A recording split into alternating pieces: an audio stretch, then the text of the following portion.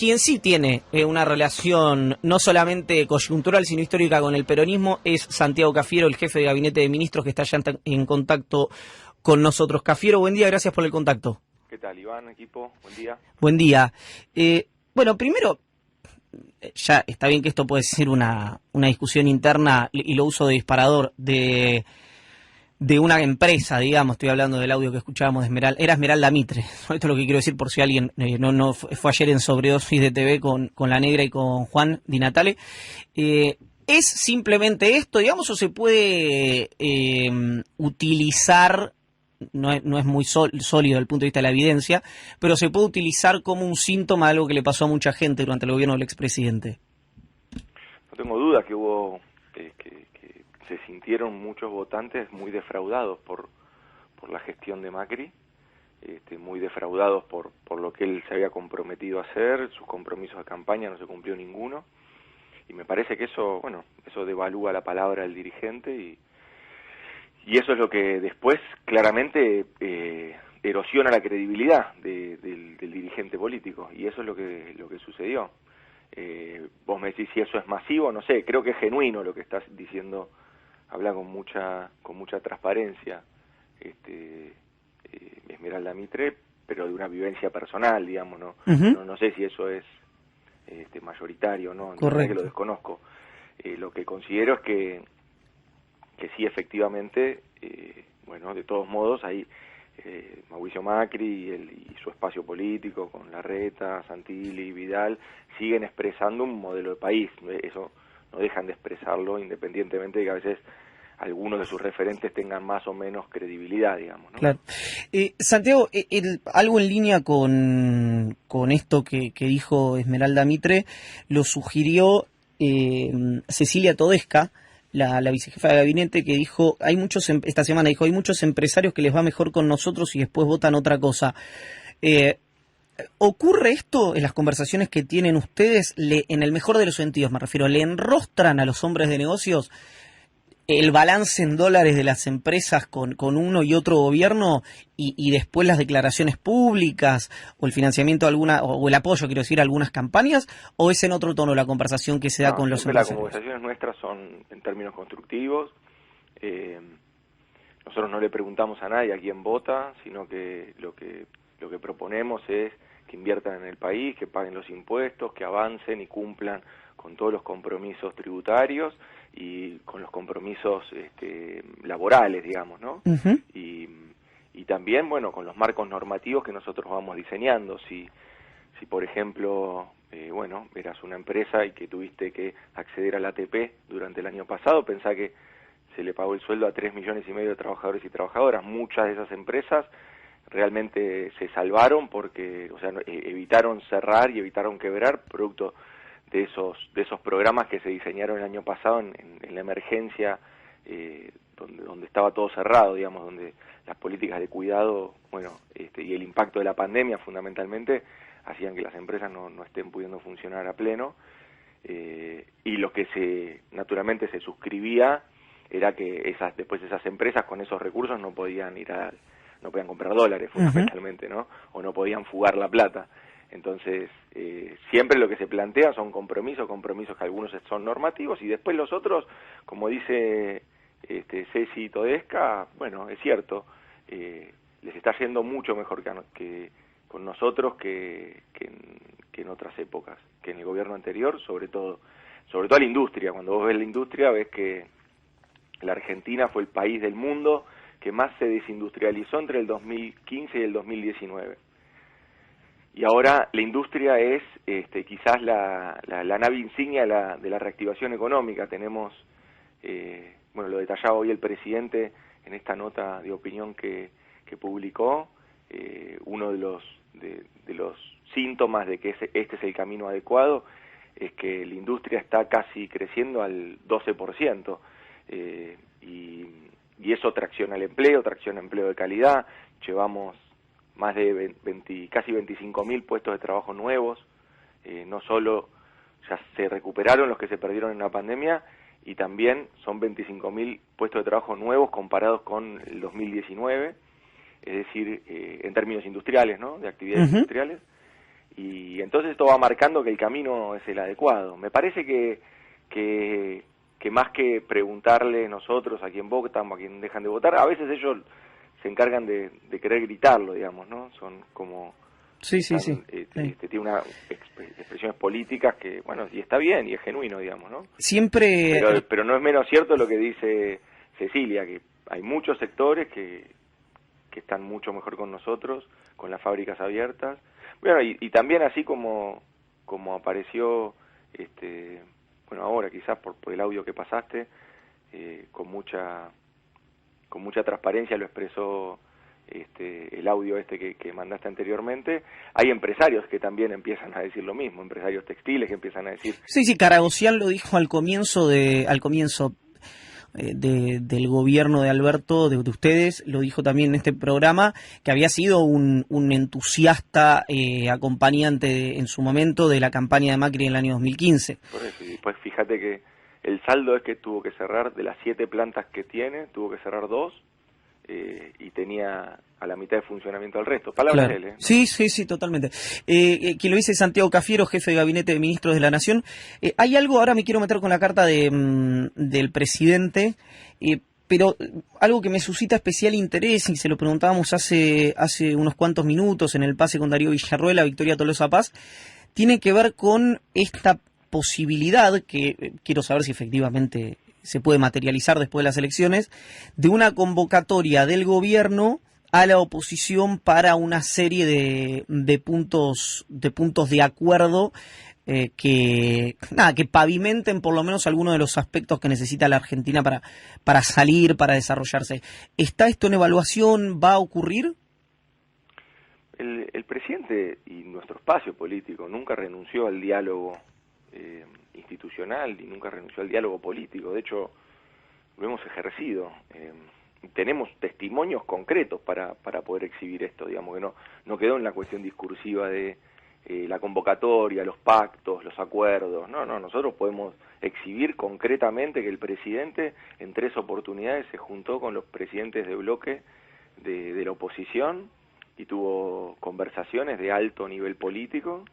Y naturalmente, bueno, todo lo que fue la gestión de la pandemia del año pasado, sobre todo, y de este año, pero sobre todo del año pasado, la articulación cotidiana que había entre todos los gobernadores, gobernadoras y el jefe de gobierno de la Ciudad de Buenos Aires, y la tarea que se dio, digamos. Pero eso se lesionó, ¿verdad? ¿Cómo? Eso se lesionó en algún momento. Se lesionó, me parece que ahí hubo, bueno, me parece que el calendario electoral empezó a presionar en el nivel de fundamentalmente empezó a presionar a quienes, bueno, tenían expectativas desde la oposición, empezó a presionar la agenda pública, y ese calendario también lo que hizo es invertir la atención. En vez de seguir prestándole atención a los médicos intensivistas, en vez de seguir prestándole atención a los epidemiólogos, lamentablemente la oposición, la reta, le empezó a prestar más atención a los encuestadores y al marketing político. Entonces, desde ese modo,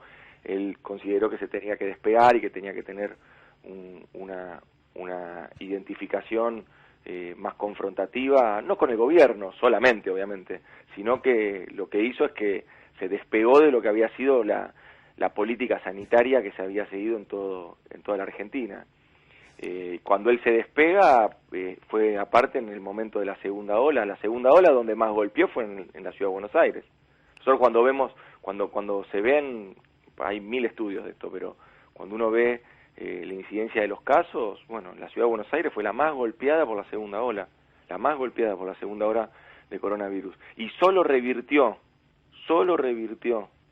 la curva exponencial de crecimientos de casos cuando durante esos 9 días accedieron a que volver a la política sanitaria nacional y hacer ese cierre, ¿te acordás? De 9 días. Sí, claro. Solamente ahí, a partir de ahí se empezó a revertir la curva de contagios en la Ciudad de Buenos Aires. Ahora, demostrando una cosa, que cuando estamos en pandemia no hay que hacer política con la pandemia. Que cuando estamos en pandemia vale más la palabra de los médicos y de los intensivistas que la palabra de los encuestadores y de los publicistas. Santiago, cuando amanecimos hoy, hubo una carta del presidente, yo me acosté temprano ayer, así que capaz fue publicada anoche, pero yo la vi a la mañana en Infobae, que hace un repaso de la situación que enfrentó el gobierno nacional desde que asumió, es decir, que tuvo, creo que dice 99 días, por ahí estoy equivocado y dice menos, pero creo recordar que No, dice 99 días de gestión, digamos, normal, y que a partir de esos 99 días hasta el momento, hasta el minuto que estamos conversando, fue solamente administrar la pandemia. Hace una serie, digo esto para la gente que no lo leyó, hace un recorrido en realidad por las medidas que tomó sanitarias y económicas el gobierno durante este año y medio, y concluye con algo que dijo, creo que fue Patricia Bullrich, no la cita el presidente, pero la toma como propio, como lo dijo en algún discurso, que dice, son dos modelos en pugna. Efectivamente, dice Alberto Fernández, acá hay dos modelos en pugna, el nuestro, que es el industrial, que es el de cuidar a la gente, y el de la oposición, que es el que le trajo tanto sufrimiento a argentinos y argentinas durante los últimos 4 años, dice esto el presidente en una nota de opinión hoy en Infobae, o en una carta. Ahí se ve, y esta es la pregunta, ¿se ve un objetivo que esto implica que las elecciones del domingo que viene y las generales son un plebiscito a la gestión de Alberto Fernández? ¿Es esto lo que se corporiza a partir de ese texto o es otra cosa? No, me parece que es mucho más que solamente evaluar si tal o cual política pública cumplió la meta que tenía. Me parece que es mucho más. Me parece que cuando el presidente está planteando los dos modelos, lo que está diciendo es, bueno, vayamos al detalle si querés, que no quede en el discurso de los modelos que confrontan. No, vayamos, porque nosotros podemos exhibir lo que hicimos. Como dice Tolosa Paz, nosotros podemos, y Goyán, nosotros podemos mirar a la gente a los ojos y podemos mostrar lo que hicimos. Bueno, y ahí nosotros es donde más podemos generar la confrontación de alguna manera, no solo de ideas, sino también de acciones. Y ahí es donde se ve. ¿Y qué te digo de acciones? Porque eso es lo palpable. Porque podríamos esto solamente dejarlo en un ámbito de una discusión de proyectos. Y ahí yo te diría, bueno, ellos claramente son el proyecto de la especulación financiera y nosotros claramente somos el proyecto de la producción y el empleo. Ahora, ¿pero cómo se corporiza eso? Bueno, el modelo de especulación financiera se corporiza con el nivel de endeudamiento récord que nos dejó el gobierno anterior. El proyecto de financiarización de la economía se corporiza con las tasas de interés a las que se tenían que financiar, por ejemplo, los sectores productivos, 70, 80 puntos. El modelo de especulación financiera y de exclusión, ¿qué trajo a la Argentina? Bueno, más pobreza, destrucción de pymes, destrucción de empresas. También quitarle posibilidades al músculo estatal, es decir, reducir el Estado, un Estado desertor, porque el Estado abandona las funciones que tiene que llevar adelante, entonces lo convierte en un Estado desertor. Y nosotros queremos un Estado activo, un Estado presente, un Estado robusto, con herramientas de política pública, que subsidie tasas de interés. Y entonces ahí también nosotros tenemos que ver cuál es el modelo de producción y de empleo, dónde se corporiza ese modelo de producción y de empleo, dónde está, dónde hay que buscarlo, dónde se materializa. Bueno, se materializa en los 12 hospitales modulares, en la ampliación de la infraestructura hospitalaria para cuidar a nuestra gente, en el desarrollo científico y tecnológico para tener kit de testeo rápido, o el suero hiperinmune. ¿Dónde se corporiza? En los créditos a las pymes, en las viviendas que se entregaron. En 4 años, ese modelo de exclusión entregó solamente 11.000 viviendas. En 1 año y medio, el presidente de la Nación, este gobierno, entregó 20.000 y tiene en construcción más de 100.000. Las obras públicas, el gobierno anterior, este modelo de exclusión y del Estado desertor, porque lo que buscaba era que la obra pública la hagan a partir del cobro de peajes, los proyectos públicos privados, que eran una gran estafa, ¿no? Pretendían que la obra pública la hagan los privados. Y nosotros, sin embargo, Vos fijate que pasamos de 270 obras públicas que había cuando llegamos a más de 1.800 obras públicas, con recursos públicos, con financiamiento internacional, con recursos públicos, avanzando en una Argentina que construye su infraestructura, la infraestructura para desarrollarse. ¿Dónde también está? Mirá, Iván, datos concretos, no solo en las políticas de cuidado, sino también, si querés hablar de las pymes, durante los 2 últimos años del gobierno anterior, 2018-2019, se dieron 4.400 créditos a pymes. En este año y medio, en pandemia, se dieron más de 90.000 créditos a pymes. Cuando vos empezás a ver la cantidad de los créditos a empresas que dio la banca, el sector financiero, ves que el 50% de los créditos a empresas que se dieron en este año y medio, el 50% fueron a pymes.